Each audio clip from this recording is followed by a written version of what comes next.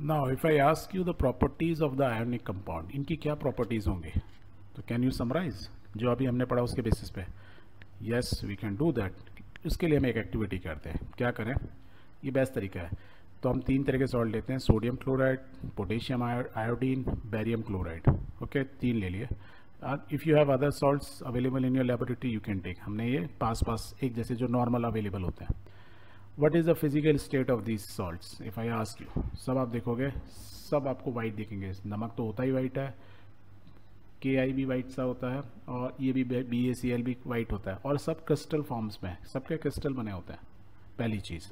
दूसरी property, take small amount of samples in the metallic spatula and heat directly on the flame, repeat with the other. आपको क्या करना है, एक burner लेना है और उस पर एक स्पुटुला लेनी है। स्पुटुला और स्पून में डिफरेंस क्या है? स्पून गहरी नहीं होती और ये गहरी होती है, राइट? जैसे एक कटोरी में एक हैंडल लगा दिया हो, सो दिस इज कॉल्ड स्पुटुला, जिससे कि जब आप इसको बर्न करोगे तो यदि ये मेल्ट हुआ या कुछ भी हुआ तो बाहर नहीं आएगा। इसको आपको पकड़ लेना है, एंड इफ़ यहाँ से पकड़ने में यदि आपको लगता है जल सकते हो तो प्लीज़ यूज़ ग्लव्स या लंबा हैंडल वाली स्पुटुला यूज़ करो।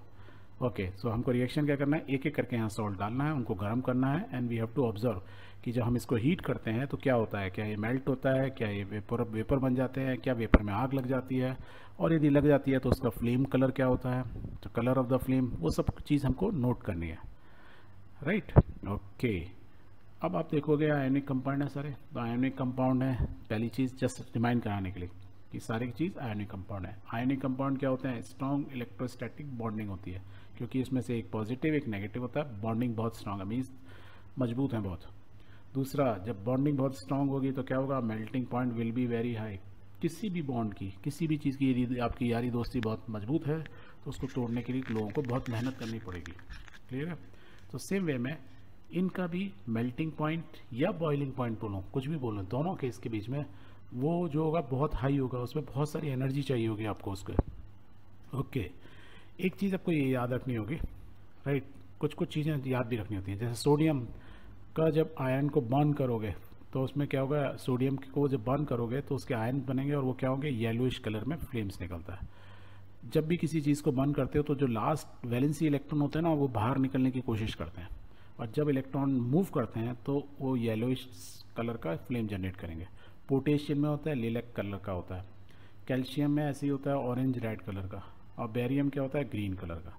ये मैं आपको इसलिए बता रहा हूँ क्योंकि आपके पास ये सॉल्ट है, जब आप इनको बर्न करोगे तो you can find out the colour. वो तो आप एक्सपेरिमेंट करोगे तो दिख ही जाएंगे, पर यदि आप यहाँ पे भी स्लाइड में पढ़ रहे हैं तो if I ask you the colour then you can say sodium chloride का कलर क्या होगा जब बर्न होगा, तो येलो ऑरेंज फ्लेम जनरेट होंगे।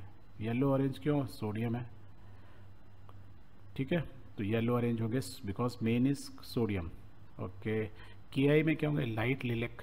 पोटेशियम तो प्योर पोटेशियम तो लिलैक, क्योंकि आयोडीन है गया लाइट लिलैक। बेरियम क्लोराइड में कौन से होंगे, बेरियम का कलर क्या होता है देखो, ग्रीन, तो येलोइश ग्रीन होंगे। क्लियर हो गया? सो हमको ये कलर ये प्रोड्यूस होंगे। यदि आप एक्सपेरिमेंट करके याद रखो, ठीक है? नहीं तो आपको सोडियम और इनका याद है, तो then you can generate the overall colour, right? Very good. Now next thing you have to do, you have to dissolve these samples in water, petrol and kerosene one by one. तो इन सबको घोल के देखो। पानी में तो आपको मालूम है सोडियम नमक को आप घोलते हो, वाटर में द मोमेंट यू मेक क्या हो जाता है, सोडियम आयन और क्लोराइड आयन अलग अलग सेपरेट हो जाते हैं, एक्वेस सोल्यूशन में हो जाते हैं। यही होता है, ये आपने सीखा था।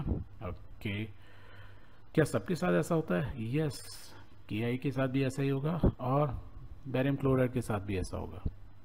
अब हमको एक नेक्स्ट एक्टिविटी करनी है कि जो हमने सोल्यूशन में पानी में घोल लिया, now what we have to do, we have to pass electricity. तो इस तरीके से इलेक्ट्रोड लगा लो।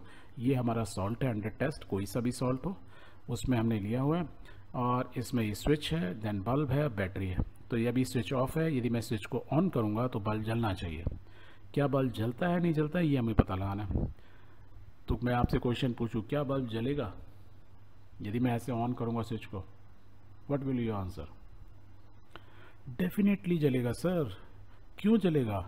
क्योंकि एक्वस सोल्यूशन के अंदर वो सोडियम हो या पोटेशियम आयोडाइड हो, कुछ भी हो, तो क्या बनाएंगे, वो एक्वस सोल्यूशन में आयंस के फॉर्म में रहेंगे, और ions are the very good conductor of electricity.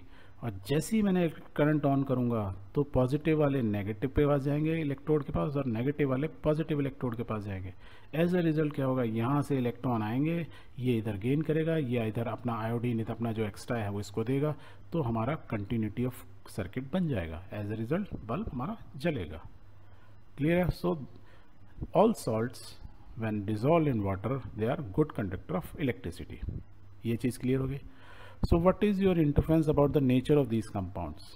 तो आप इनके नेचर के बारे में आप क्या बता सकते हो? वैसे तो हमने सब कुछ जान ही लिया कि फिजिकल स्टेट में क्रिस्टल फॉर्म में होते हैं, वाइट इन कलर होते हैं, जलाने पे फ्लेम्स डिफरेंट कलर की फ्लेम देते हैं, इलेक्ट्रिसिटी पास होती है, तो इसमें are easily pass good conductor of electricity होते हैं। That much we can say. और या मैं इनको हम यदि एक साथ लिखना चाहें तो this way we can write कि 4 मेन प्रॉपर्टीज़ होती हैं। फिजिकली बात करें तो ऑल सॉलिड्स होते हैं, समवट हार्ड होते हैं। नमक को आप दबाओगे इट इज़ हार्ड। क्यों हार्ड होते हैं? Because strong force of attraction होता है between the positive and negative ions. और क्रिस्टल जब बन रहा था तो सारे हमने देखे थे ना, क्लोरीन और सोडियम के आयंस एकदम कॉम्पैक्ट फॉर्म में थे, right? That is why they are strong and somewhat hard. These compounds are generally brittle and break into pieces. नमक को आप हैमर से मारो तो क्रश हो जाता है कांच की तरह। That is called, that property is called brittleness, और they are brittle in nature. यदि मैं मेल्टिंग एंड बॉइलिंग पॉइंट की बात करूँ तो हमने क्या जाना था, high melting and high boiling point होता है। क्यों होता है? क्योंकि लार्ज अमाउंट ऑफ एनर्जी चाहिए होती है इनको तोड़ने के लिए। किसी चीज़ को मेल्ट करना मीन्स उनको तोड़ना। और क्यों टूटेंगे वो? क्योंकि उनमें फोर्स ऑफ अट्रैक्शन होता है इनके बीच में, तो वो क्या होता है, high strong force of attraction होता है। That is Y.